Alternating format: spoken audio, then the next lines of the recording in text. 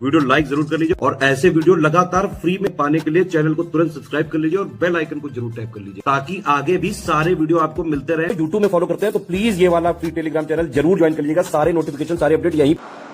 नमस्कार साथियों, स्वागत है आप सभी का स्टडी फॉर सिविल सर्विसेज में। ये क्लास है हमारी मॉडर्न इंडिया की और मॉडर्न इंडिया में जो टॉपिक हम पढ़ रहे हैं वो है भारत के वायसराय, जो आज समाप्त हो जाएगा ये पूरा का पूरा टॉपिक। आज हम पढ़ेंगे लॉर्ड वेवेल को। लॉर्ड वेवेल का समय है 1944 से 1947।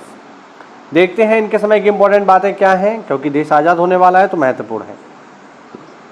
सबसे पहले तो इन्हीं के समय में आया है CR फार्मूला।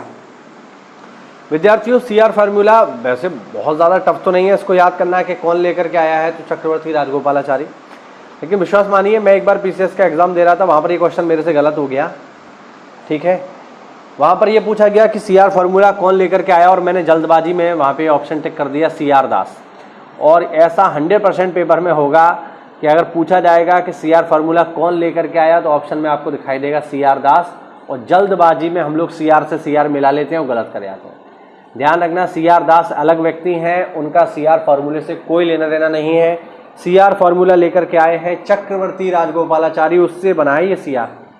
ठीक है, 1944 में। इसके अलावा गांधी जी और मोहम्मद अली जिन्ना की वार्ता भी हुई है 1944 में। ऑब्वियस बात है, पाकिस्तान की मांग को लेकर के ही हुई, जो कि पूरी तरह से असफल रही, क्योंकि गांधी जी स्टार्टिंग में पाकिस्तान को बनने के पूरी तरह से खिलाफ थे। वो नहीं चाहते थे कि पाकिस्तान बने। इवन गांधी जी का तो कहना था कि भारत का बंटवारा होगा तो मेरी लाश पर होगा, तो वो पाकिस्तान बनाने के पक्ष में बिल्कुल भी नहीं थे। इसके अलावा 1945 में साथियों सेकेंड वर्ल्ड वॉर खत्म हो गया, और 1945 में जब सेकेंड वर्ल्ड वॉर खत्म हो गया तो इंग्लैंड में इलेक्शन हुआ, और इस बार इंग्लैंड में PM बने क्लीमेंट एटली। इससे पहले जो PM बने थे वो मैंने आपको बताया, वो थे विंस्टन चर्चिल, जिनका रवैया भारत को लेकर बहुत खराब था। बट अब लेबर पार्टी के PM बने जिनका नाम है क्लीमेंट एटली, और लेबर पार्टी के इन PM का, क्लीमेंट एटली का, भारत के प्रति रवैया बहुत अच्छा है। इन्होंने घोषणा करी कि हम जून 1948 तक भारत को हर हाल में छोड़ करके चले जाएंगे। तो इनका रवैया बहुत ही बढ़िया है। ठीक है, भारत में चल रहे जो भी समस्याएं हैं उनको दूर करने के लिए सरकार के द्वारा, जो क्लीमेंट एटली सरकार है उसके द्वारा कैबिनेट मिशन की घोषणा की गई 1946 में, जो कि भारत आया। और भारत में आने के बाद जो भी इनकी समस्याएं हैं, राजनेताओं की समस्याएं हैं, उन्होंने इसको सुना और सुलझाने का प्रयास किया, जिसको कांग्रेस और मुस्लिम लीग जैसे सभी बड़े दलों ने स्वीकार किया।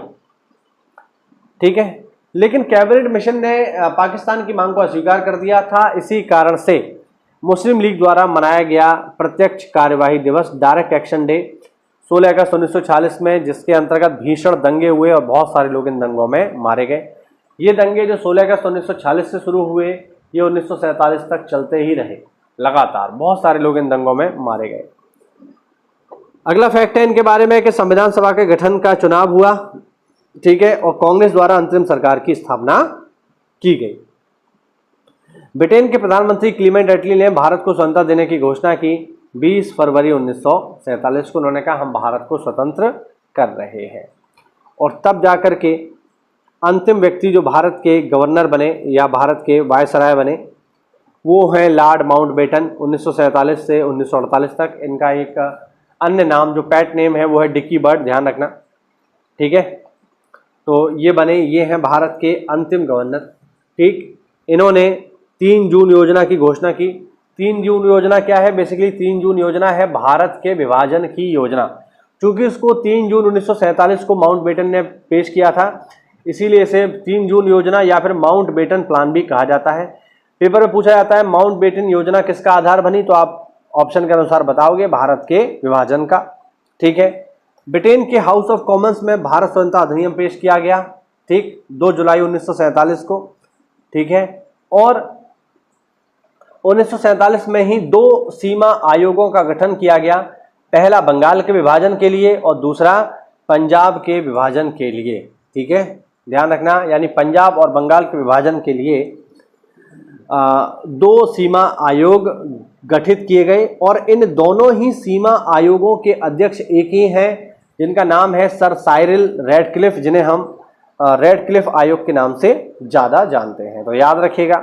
और हम देखें तो 14 अगस्त 1947 को पाकिस्तान तथा 15 अगस्त 1947 को भारत नामक 2 स्वतंत्र राष्ट्रों का जन्म हुआ।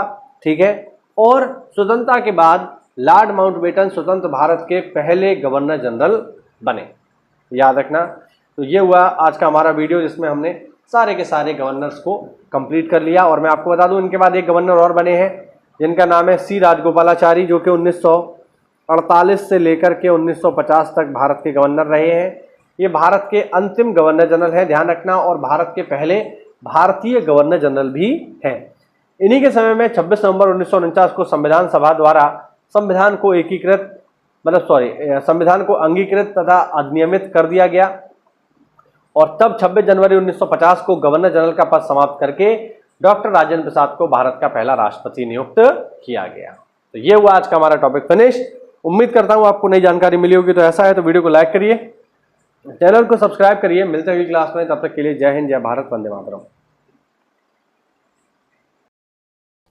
साथियों, अगर तैयारी कर रहे हो आप लेखपाल की, तो आप देखेंगे लेखपाल का पेपर बहुत जल्दी होने वाला है। उसके लिए कहीं आपको भटकने की आवश्यकता नहीं है। वन स्टॉप डेस्टिनेशन है स्टडी फॉर सिविल सर्विसेज, जहां पर आपको मात्र 999 रुपए में राजस्व लेखपाल की मुख्य परीक्षा के लिए सारा का सारा स्टडी मटेरियल मिल जाएगा एक ही जगह पर। जिसमें आपको क्या क्या मिलेगा, जिसमें आपको सारा का सारा स्टडी मटेरियल मिलेगा, PDF नोट्स मिलेंगे, रिकॉर्डेड क्लासेस मिलेंगी, और जो भी लेटेस्ट ट्रेंड और पैटर्न अभी चल रहा है आयोग का, उसके अनुसार आपको ये सारी चीजें दे दी जाएंगी। मात्र 999 रुपए में आप इस कोर्स को अवेल कर सकते हैं। आपको लगता है कि आपने बहुत सारी तैयारी कर ली है, आपको पढ़ने की आवश्यकता नहीं है, केवल टेस्ट सीरीज चाहिए, तो टेस्ट सीरीज भी आप ले सकते हो मात्र 499 में।